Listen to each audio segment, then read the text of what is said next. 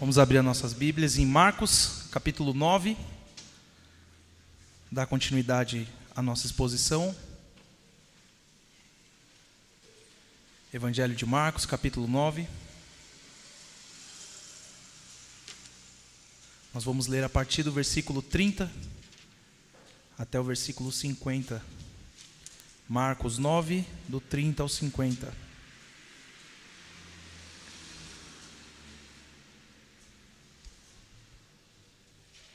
Diz assim a palavra do Senhor. Eles saíram daquele lugar e atravessaram a Galileia.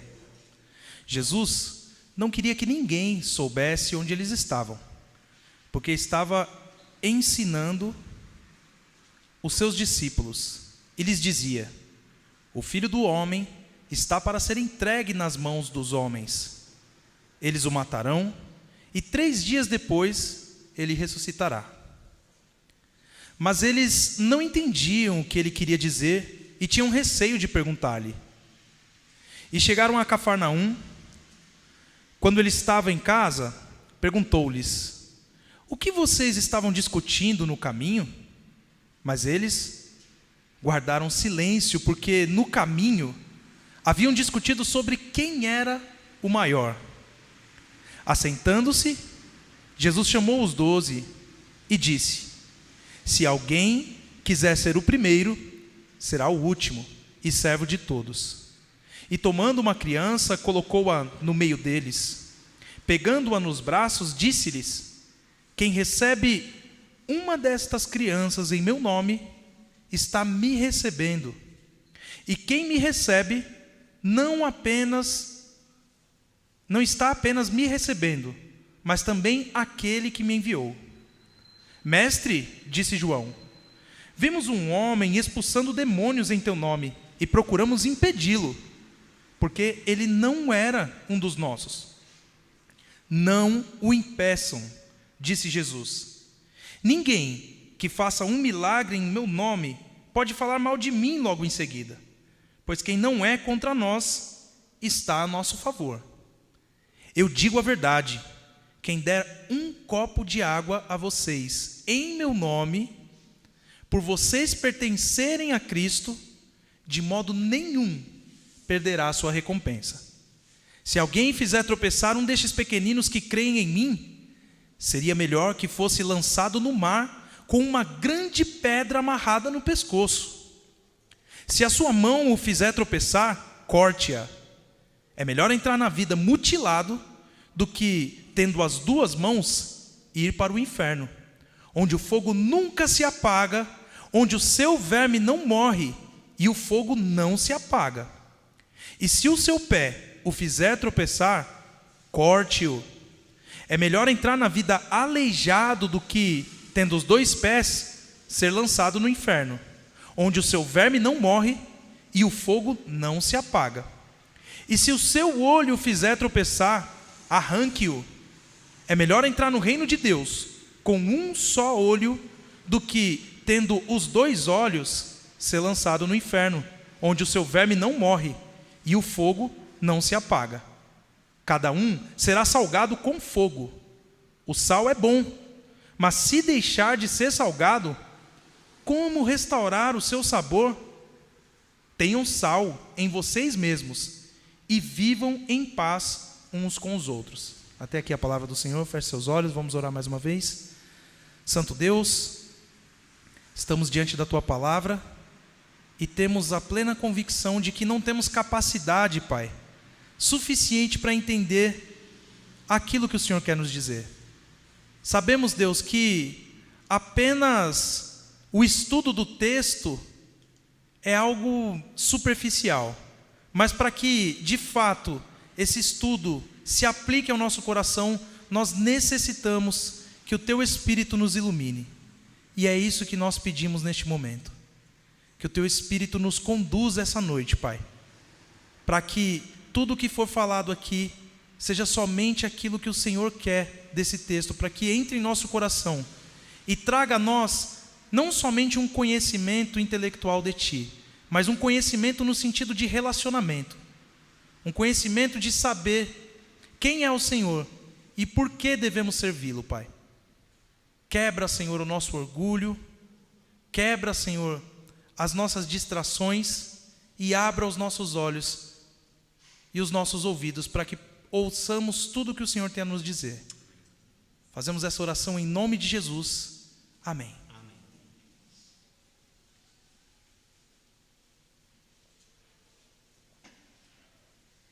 Amém, meus irmãos. Esse ano a gente viu algumas coisas estranhas acontecendo. Com a pandemia, muitos começaram a falar de um tal novo normal, onde as pessoas olhariam para a situação que está acontecendo no mundo e se tornariam pessoas melhores. Onde as pessoas conseguiriam cair em si de que elas não são nada sozinhas e que um simples vírus pode acabar com elas, com as suas finanças, com a sua saúde, e isso faria com que elas mudassem de atitude. Porém, não foi bem isso que a gente viu.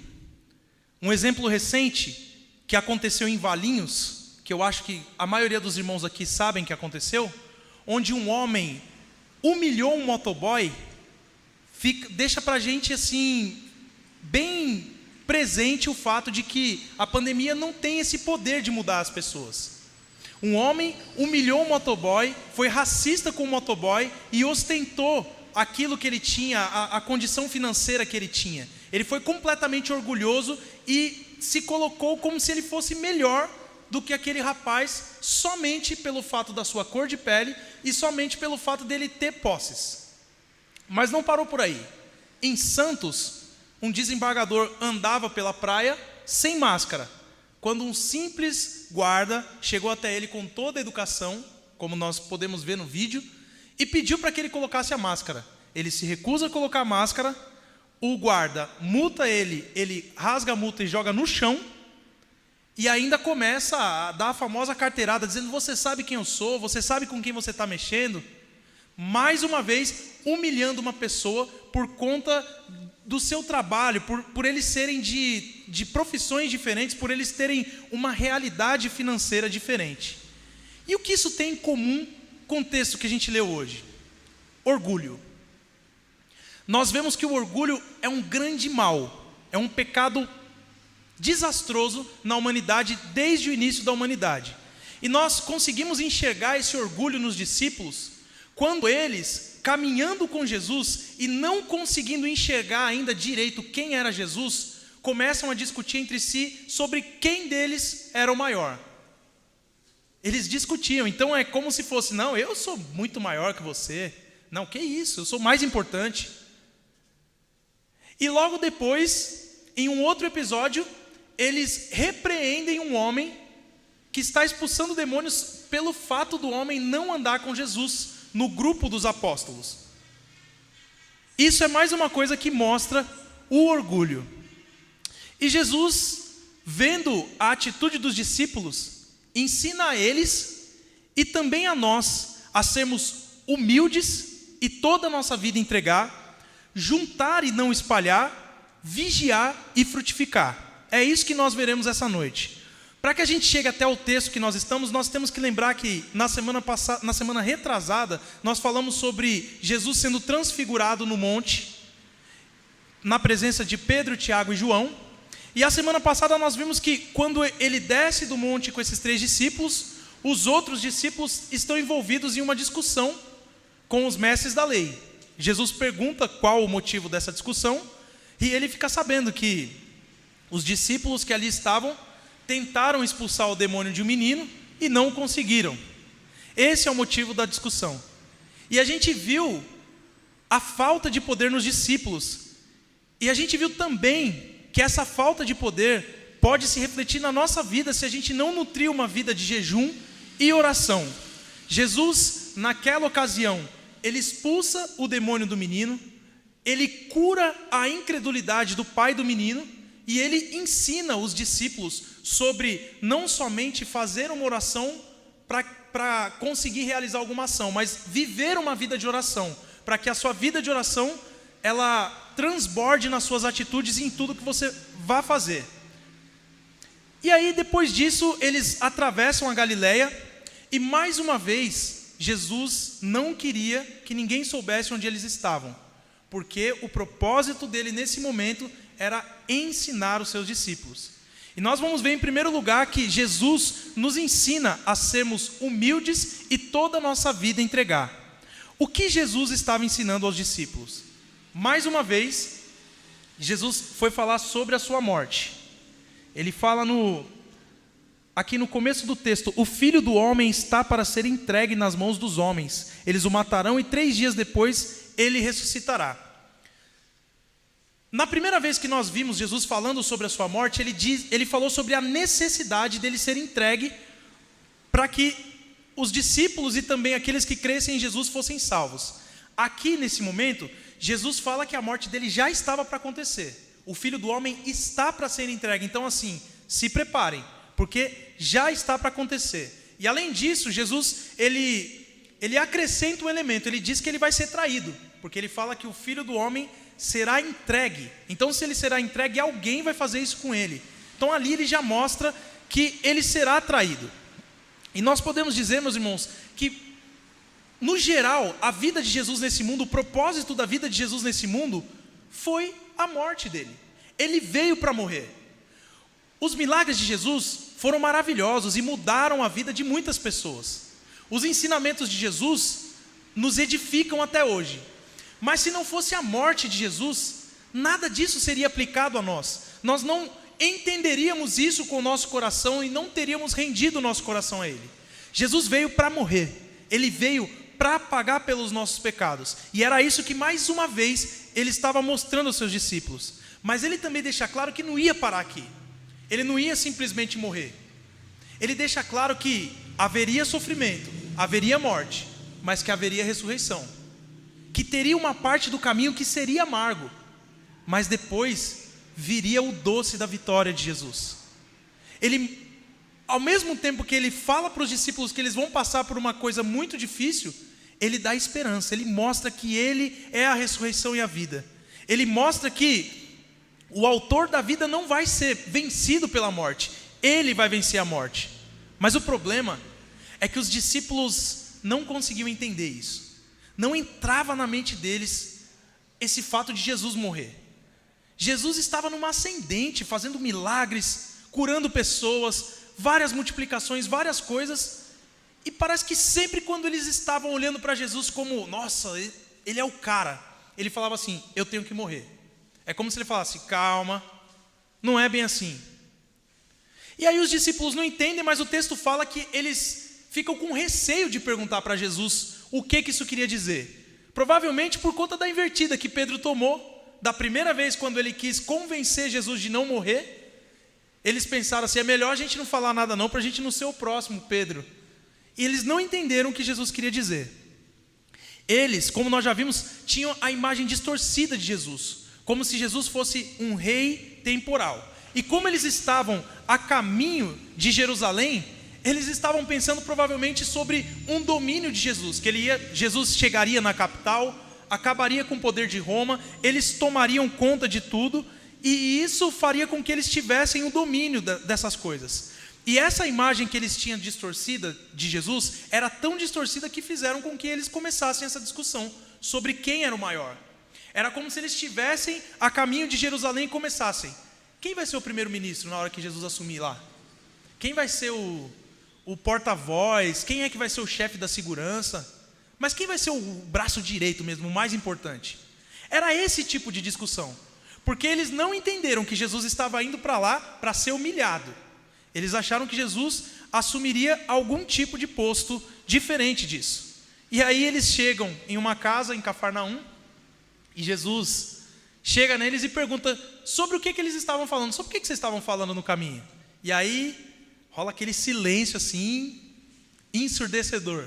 Ninguém fala nada, porque ali eles já falaram: opa, a gente está falando sobre ser o maior. Será que Jesus vai gostar dessa conversa? Jesus olha para os discípulos e, com toda a compaixão que a gente já viu ao longo do Evangelho de Marcos, ele se assenta com os discípulos e começa um longo ensinamento.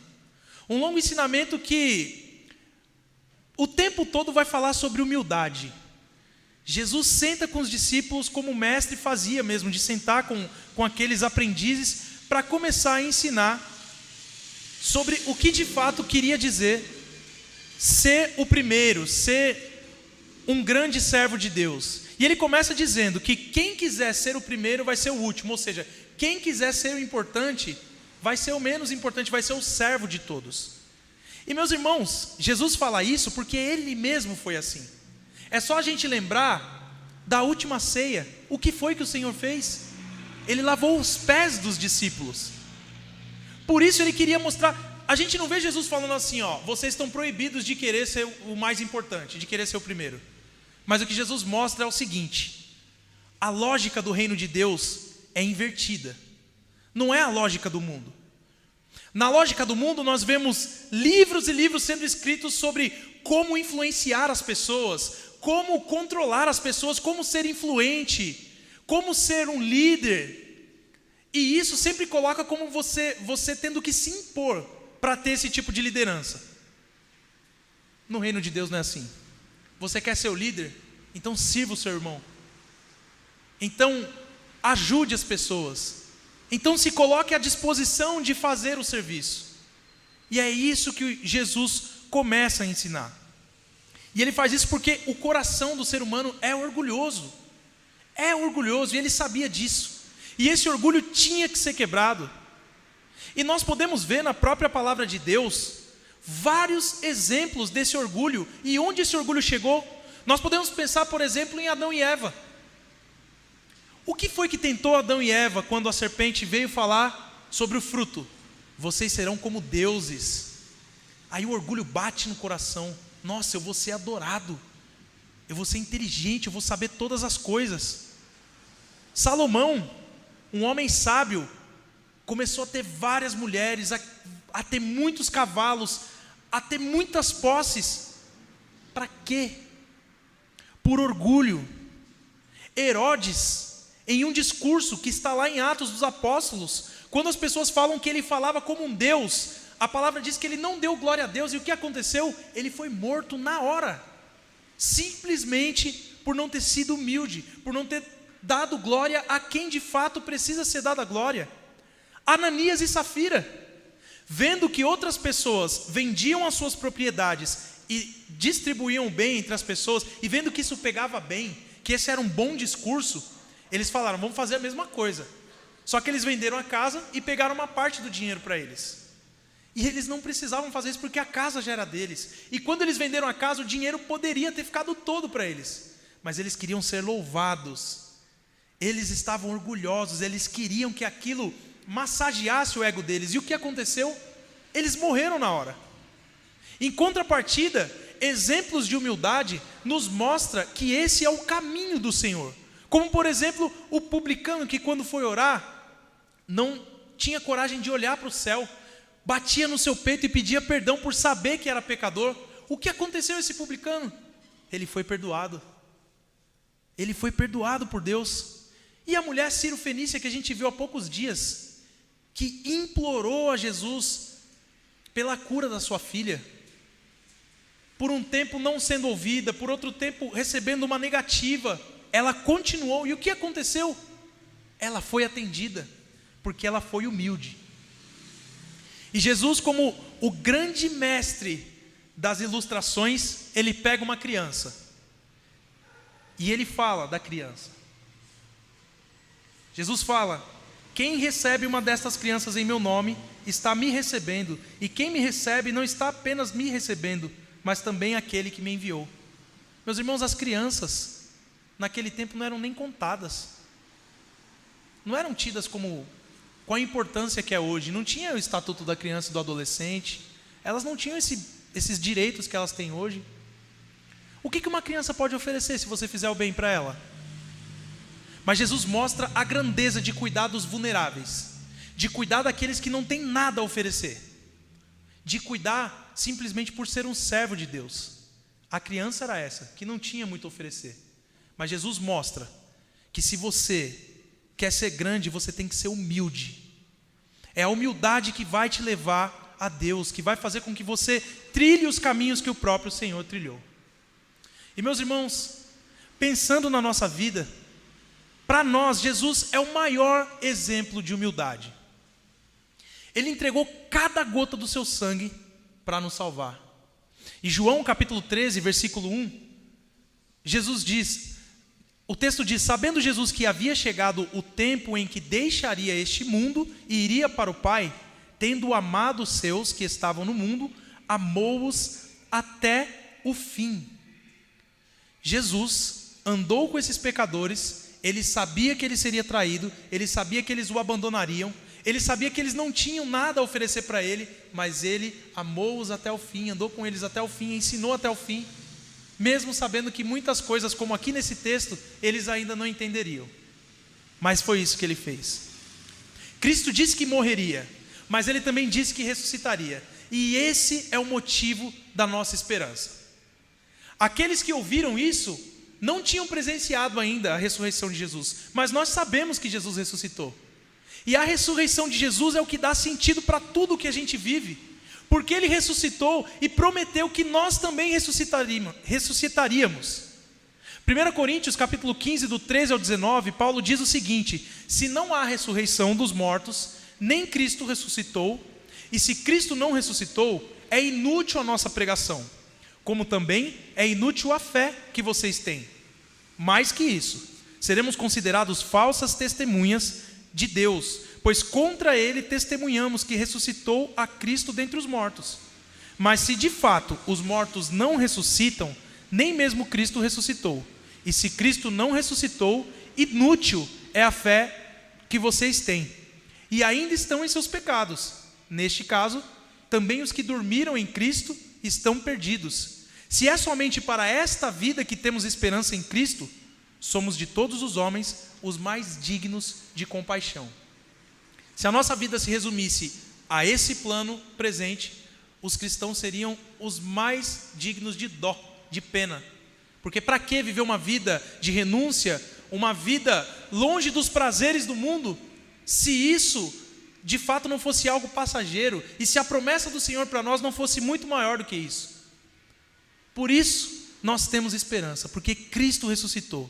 E porque Cristo ressuscitou, nós somos capazes de viver nessa humildade e serviço, pelo exemplo de Cristo e pela capacitação do Espírito, porque Cristo disse que quando Ele fosse, Ele enviaria o Espírito, que atuaria em nós e através de nós, e é por esse Espírito que nós podemos viver em humildade.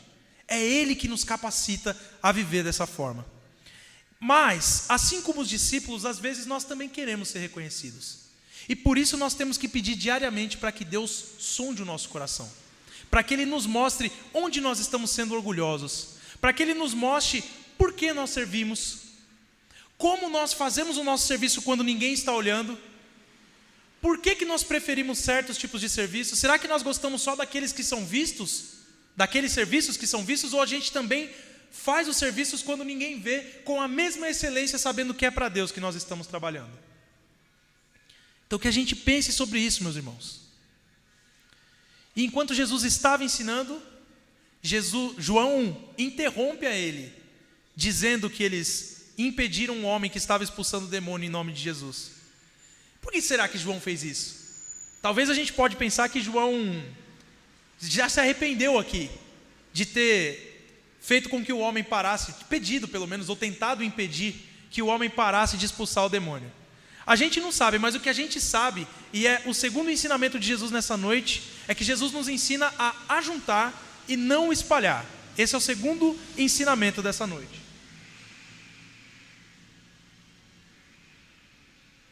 João, para quem não se lembra, tinha um apelido carinhoso de Filho do Trovão. João é aquele que, em Samaria, quando eles não foram recebidos, perguntou a Jesus se Jesus queria que ele orasse junto com Tiago para que caísse fogo do céu sobre aquele povo. E agora é o mesmo que está tentando impedir o cara que tá expulsando os demônios. Não só João, ele fala nós. Então os discípulos fizeram isso, mas João foi quem tomou a frente ali para falar com Jesus. Meus irmãos, os discípulos podem, inclusive, nesse momento, enquanto eles viram aquele homem expulsando o demônio, ter se lembrado do que tinha acontecido pouco tempo atrás, do demônio do menino que eles tentaram expulsar e não conseguiram. E isso pode ter causado, inclusive, inveja nos discípulos, que tentaram impedir aquele homem de fazer um trabalho que era para Deus. Mas quando João fala isso para Jesus, Jesus de primeira já o repreende. Jesus fala que não é para impedir quem está fazendo o trabalho de Deus. E ele fala, quem não é contra nós é a favor de nós. Não impeçam. Não é pelo fato dele não fazer parte do nosso círculo aqui, dos apóstolos. Se ele está confessando o meu nome, se ele está fazendo uma obra em meu nome, não o impeça, porque ele está conosco. E nós vemos algo parecido com isso em Números, capítulo 11, versículos 27 ao 29, quando diz assim: então, certo jovem correu e contou a Moisés: Eldade e Medade estão profetizando no acampamento. Josué, filho de Num, que desde jovem era auxiliar de Moisés, interferiu e disse: Moisés, meu senhor, proíba-os. Mas Moisés respondeu: você está com ciúmes por mim? Quem dera todo o povo do Senhor fosse profeta, e que o Senhor pusesse o seu espírito sobre eles. Então Moisés, ele ao invés de achar ruim daqueles homens estarem profetizando, ele ficou feliz. E isso tinha que acontecer com os discípulos, quando eles viram outras pessoas que não faziam parte do círculo deles, também falando de Jesus, expulsando demônios, fazendo a obra que o Senhor colocou eles para fazer, eles tinham que ter ficado felizes também. Eles tinham que agradecer a Deus, porque mais pessoas se juntaram. Afinal de contas, não era o reino dos apóstolos, era o reino de Deus sendo feito por outra pessoa. E aí Jesus fala que qualquer ato de bondade a um servo dele será recompensado. Qualquer coisa que alguém fizer para uma pessoa que está anunciando a Jesus, será recompensado. Não importa quem é essa pessoa. Até um copo d'água que é dado a uma pessoa que está fazendo o serviço de Jesus, isso será recompensado. Jesus está falando que essas pessoas serão honradas, porque elas estão servindo ao Senhor, independente de quem elas são, elas estão servindo ao Senhor. E aí, Jesus fala sobre fazer o pequenino tropeçar. Olha só, no versículo 42, Jesus diz assim: se alguém fizer tropeçar um destes pequeninos que creem em mim, seria melhor que fosse lançado no mar com uma grande pedra amarrada no pescoço. Meus irmãos, se alguém for lançado com uma grande pedra amarrada no pescoço ao mar, essa pessoa vai morrer. Então Jesus está dizendo assim: é melhor que essa pessoa tenha uma morte lenta e dolorosa do que ela desviar um pequenino que está me servindo. Esse homem que estava expulsando os demônios pode ter ficado escandalizado com os discípulos, pensando assim: nossa, mas era para eles ficarem felizes, porque eu estou fazendo parte do reino, porque eu estou pregando o reino. Mas eles, ao invés disso, eles tentaram impedir esse homem. E Jesus é duro nessa palavra, falando que é melhor que eles morram lentamente do que eles tirem do caminho alguém que está servindo a Jesus, alguém que está fazendo a vontade de Jesus. E meus irmãos, trazendo isso para o nosso contexto, não tem como nós não pensarmos nas disputas denominacionais, onde pessoas se apegam em pequenos traços de doutrina para se separarem. E eu quero deixar claro que eu não estou falando sobre aqui um ecumenismo irrestrito, você se juntar com outras religiões que não confessam Jesus como Senhor. Não, eu estou falando de pessoas que perdem tempo com pontos secundários da fé, ao invés de se juntarem para espalhar o reino de Deus. Quantas vezes a gente vê isso? Ah, não sei quem é presbiteriano. Nossa, que bom, ele é presbiteriano. Meus irmãos, a igreja não salva ninguém, não. Não é porque você é presbiteriano, batista, assembleiano, é porque você é filho de Deus, salvo pela graça de Deus. Então não se apegue a isso. Você tem sim que amar a sua igreja, você tem sim que conhecer a sua igreja, mas você não tem que achar que a sua igreja vai ser salvação para nada, porque ela não é. Então, que nós não sejamos as pessoas que vamos impedir o avanço da fé, pelo fato do mensageiro não ser presbiteriano, por ele não ser um pastor, por ele não ser alguém que acredita na salvação somente pela graça, não ser um calvinista, por ele ser alguém que acha que ele tem participação na salvação. Não importa, se ele confessa Cristo como Senhor, Se ele confessa que somente Jesus é o caminho, a verdade e a vida, não importa os pontos secundários, meus irmãos. Não importa se ele batiza por imersão, por aspersão, não importa. O que importa é se ele está sendo fiel ao Evangelho. É isso que nós temos que ser, fiéis ao Evangelho. Como Paulo disse em Filipenses capítulo 1, versículo 18, mas que importa? O importante é que de qualquer forma, seja por motivos falsos ou verdadeiros, Cristo está sendo pregado. E por isso me alegro. De fato, continuarei a alegrar-me. Paulo está falando aqui de pessoas que estavam pregando por inveja, pregando para mostrar que estava falando de Cristo. Mas ele fala, não importa, o nome de Cristo está sendo falado. Sabe o que é isso? É porque Paulo não era orgulhoso. É porque Paulo não queria que o nome dele fosse conhecido. Como ele diz em Coríntios também, alguns falam, eu sou de Paulo, outros, eu sou de Apolo. Ora, por acaso Paulo morreu na cruz por vocês? Nós não somos de pessoas, nós não somos de pastores, nós somos de Deus. E é Deus que tem que ser conhecido. É o Evangelho que tem que se expandir, e não a igreja.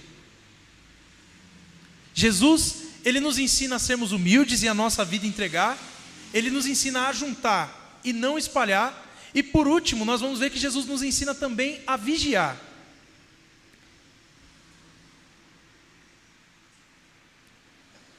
Se levar alguém a pecar é ruim, viver em pecado é muito ruim também.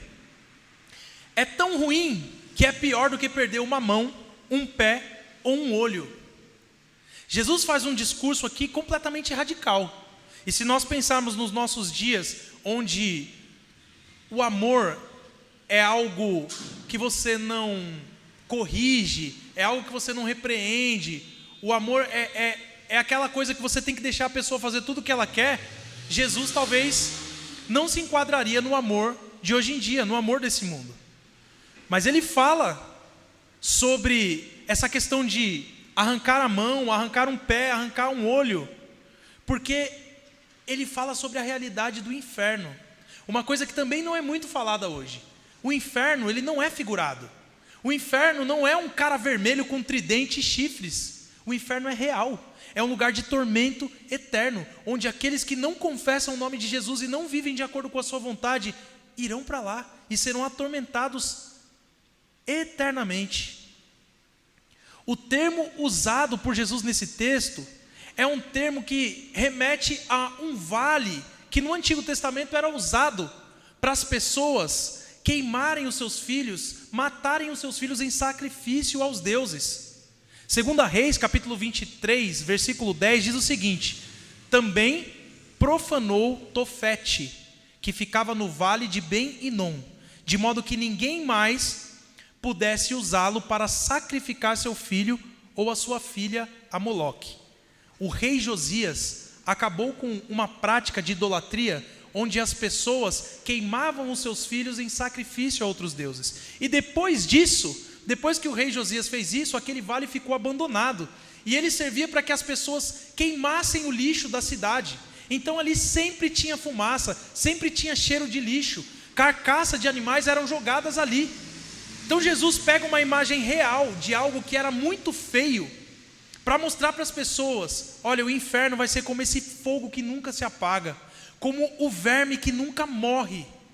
A pessoa não vai ter nem a oportunidade de morrer. Não é que ela vai ser atormentada por um tempo e depois desse tempo ela morreu e acabou, ela foi aniquilada. Não. Quem vai para o inferno é atormentado eternamente, sem parar, dia e noite. O verme não morre, o fogo não acaba, não apaga, não tem alívio nenhum, é o tempo todo. Por isso Jesus fala: é melhor entrar no reino de Deus sem uma mão, é melhor entrar no reino de Deus sem um pé, é melhor entrar no reino de Deus sem um olho, do que ser lançado no inferno. E depois disso, Jesus diz uma frase que no começo, quando eu li, eu falei: o que isso quer dizer? Cada um será salgado com fogo. Eu olhei essa frase e falei: meu Deus, me ajuda. E ele me ajudou, os comentários bíblicos também me ajudaram. E aqui, meus irmãos, a ideia é a seguinte: em Jerusalém, naquele tempo, não existia geladeira. Qual era a forma de conservar uma carne sem estragar? Era salgando essa carne. E quando você deixa uma carne salgada e depois você coloca essa carne no fogo, essa carne fica saborosa. Jesus ele não fala somente que cada um será salgado com fogo. Ele fala que o sal é bom, mas se deixar de ser salgado, como restaurar o seu sabor? O sal era o que preservava a carne.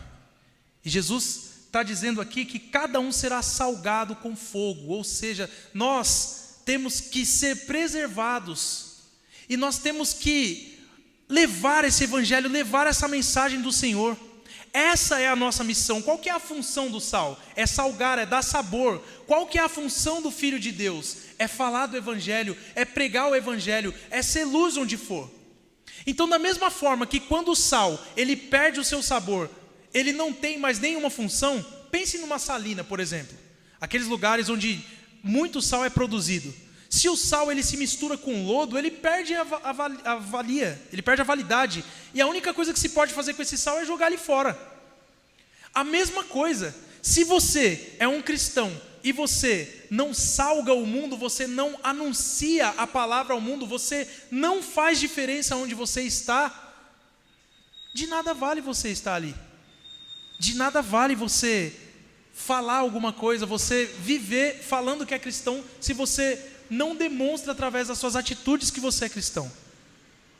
E isso, viver dessa forma, ser humilde como Jesus mostrou para nós que temos que ser humildes, e sermos preservados na palavra de Deus, vai fazer com que a gente viva em paz com todos. É isso que o Senhor quer, para que a gente se junte com todos aqueles que também professam o nome de Jesus, para que a gente em humildade não separe, para que a gente em humildade não queira ser maior que o outro, mas para que a gente se mantenha juntos pregando o evangelho do reino de Deus. E meus irmãos, pensando nessa questão de arrancar o olho, arrancar uma mão, um pé, nós temos que trazer isso para a nossa vida, sabendo que Jesus falou sobre ser radical. Nós temos que pensar na nossa luta contra o pecado. O que Jesus está dizendo aqui é que nós temos que lutar contra o pecado, que nós temos que ser radicais contra o pecado. Então, você não precisa arrancar uma mão, você não precisa arrancar um pé e arrancar um olho, mas o que te leva para o pecado? Se você tem amizades que te faz pecar, corte essa amizade. Se você tem um namoro que te leva a viver uma vida de impureza, corte esse namoro. Se o Netflix te faz pecar, corte o Netflix.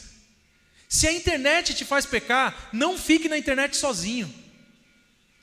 Nós temos que fugir da aparência do mal. Nós temos que ser radicais, porque o nosso coração, meus irmãos, facilmente ele é enganado. Por isso nós precisamos vigiar. Por isso nós precisamos orar e jejuar, como vimos a semana passada. Nós temos que fazer o que é dito em Hebreus capítulo 12, versículo 4. Na luta contra o pecado, vocês ainda não resistiram até o ponto de derramar o próprio sangue. Esse é o convite. Resista ao pecado, lute contra o pecado. Peça a Deus força para vencer o pecado. Gálatas capítulo 5, versículo 24 diz: os que pertencem a Cristo Jesus crucificaram a carne com as suas paixões e os seus desejos. Meus irmãos, não são palavras leves. Jesus não está falando que vai ser facinho, você vai ter vontade de pecar e você vai falar assim, não vou pecar e acabou. Não é isso, você precisa crucificar a sua carne, você precisa arrancar de perto de você aquilo que te leva ao pecado. 1 Coríntios 9, 27 diz: mas esmurro o meu corpo e faço dele meu escravo, para que depois de ter pregado aos outros, eu mesmo não venha a ser reprovado. Nós não podemos ser carnais, meus irmãos. Nós temos que lutar de fato contra o pecado. Porque a vida cristã não é brincadeira. Nós somos salvos pela graça, é verdade. Não é por nada que a gente faz. Mas a nossa fé se evidencia pelos frutos que nós damos. E nós só daremos frutos se nós vivemos uma vida de oração, uma vida de jejum, uma vida de mortificação da nossa carne. E para tudo isso, nós temos a graça de Jesus e o exemplo de Jesus, que foi humilde, se esvaziando da sua glória e vindo para morrer em nosso lugar, que não espalhou, mas ajuntou. É só a gente pensar que Jesus, ele pegou discípulos que não eram pessoas agradáveis, não. Cada um de um partido diferente, cada um pensava em uma coisa diferente, alguns eram brigões demais, mas ele juntou, ele não espalhou, ele ensinou a eles. E se tem um exemplo de vigiar e de renúncia, é Jesus.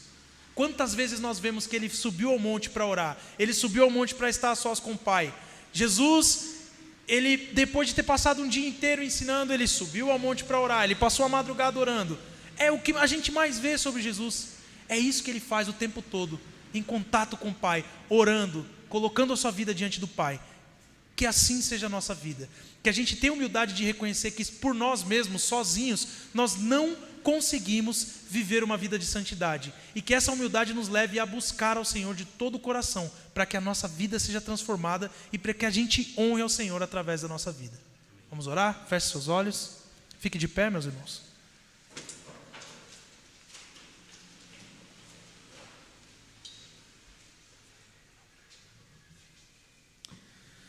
Deus amado, somos gratos a Ti, Pai, porque o Senhor enviou Cristo, um mestre compassivo que se sentou com os discípulos e ensinou a eles, mesmo depois de tantos erros. E o Senhor faz isso conosco. Quando nós erramos, o Senhor nos traz de novo para perto de Ti, gera em nós o arrependimento e faz com que nós andemos em Teu caminho. Pai, nós não queremos ser crentes carnais, nós não queremos nos achar melhores do que os outros. Nós não queremos, Senhor, ser aqueles que espalham as pessoas.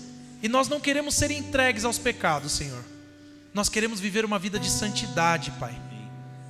Senhor, nós não queremos perder mais tempo com coisas fúteis, com coisas pequenas, com coisas temporais, com coisas passageiras, Senhor. Nós necessitamos de Ti. Nós queremos aqui, enquanto ainda estamos aqui, já experimentarmos, Senhor, a Tua presença, para que cada dia mais possamos ansiar o dia que estaremos contigo face a face e viveremos contigo longe do pecado, Senhor. Hoje, Deus, porque o Senhor entrou no nosso coração, nós temos a chance de dizer não para o pecado, mas para isso nós precisamos vigiar e orar. Nos leva, Senhor, a uma vida de oração saudável, a um relacionamento íntimo contigo. Senhor, que a Tua palavra seja o consolo para a nossa vida, que ela restaure o nosso coração e nos dê ânimo para buscá-lo, Senhor, para sermos corrigidos por Ti e mudarmos a nossa postura naquilo que precisarmos ser mudados, Senhor.